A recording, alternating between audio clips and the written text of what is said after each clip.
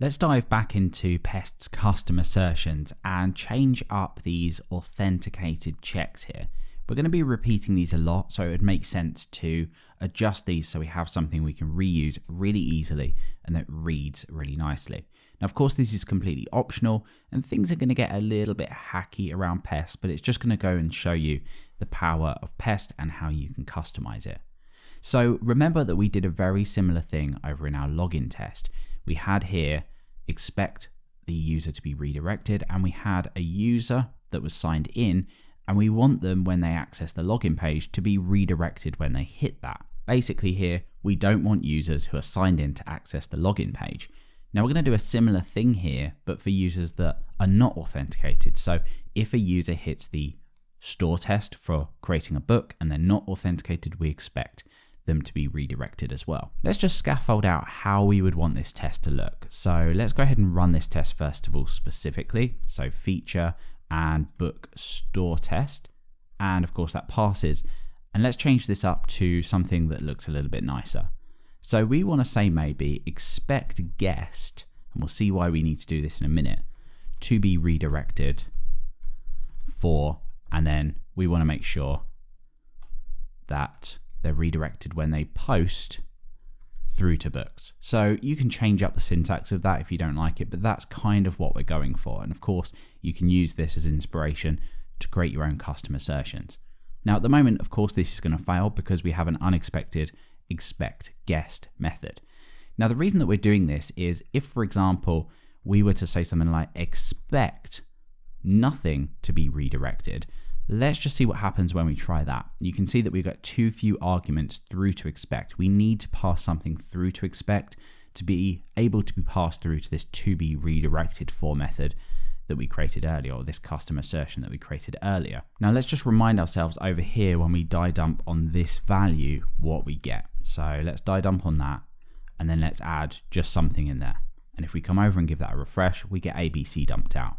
Now the only problem with this is we need to pass something into here, which doesn't make sense because we are trying to test that if the user is not authenticated, they're redirected. So we don't just want to put null in there because then it sort of doesn't make the test read nicely.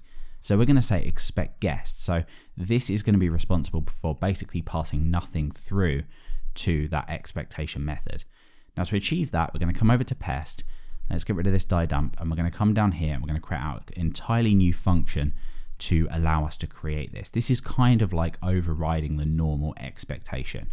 So let's go ahead and say expect guest, and in this we're going to return test, which we can then chain on the expect function, and we're going to pass null in. So now this is hidden away rather than us have to do expect null, e.g. a non-authenticated user to be redirected. So that just adds sort of like a little helper that we can use in that case. So it's like an expectation, but passing through null. Okay, let's just go ahead and try this out. And of course it fails because if we just have a look inside of here, we expect to pass an authenticatable thing through to here, acting as this needs an authenticatable thing to be able to work. So if the value that we pass in here is null, we don't want to act as that user because it's a guest. So we can just add a little if statement in here and just say if the value is empty or null, then we want to return and do something slightly different. We just want to chain on from test. We still want to hit that same method. We still want to hit that same URL, and we still then want to assert that the status is 302. And we could sort of assign this and then do all of these assertions at the bottom. We might just tidy this up in a minute. But basically, if there's no user, just try and hit that URL that we're requesting and check that we're redirected.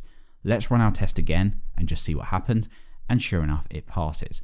So a really sort of simple change, just sort of moving everything to this custom assertion, but it just helps to tidy our tests up. And then hopefully when you're writing these, it makes it that little bit easier to write these tests, which are pretty much going to be on lots of pages within your app. So we could tidy this up if we wanted to, and we could assign the request here to either this, or the test response, for example. That's probably more appropriate because we have a test response coming back from this. So we could set this to null to start with, And then we could, in here, assign the response to this, get rid of the assertion.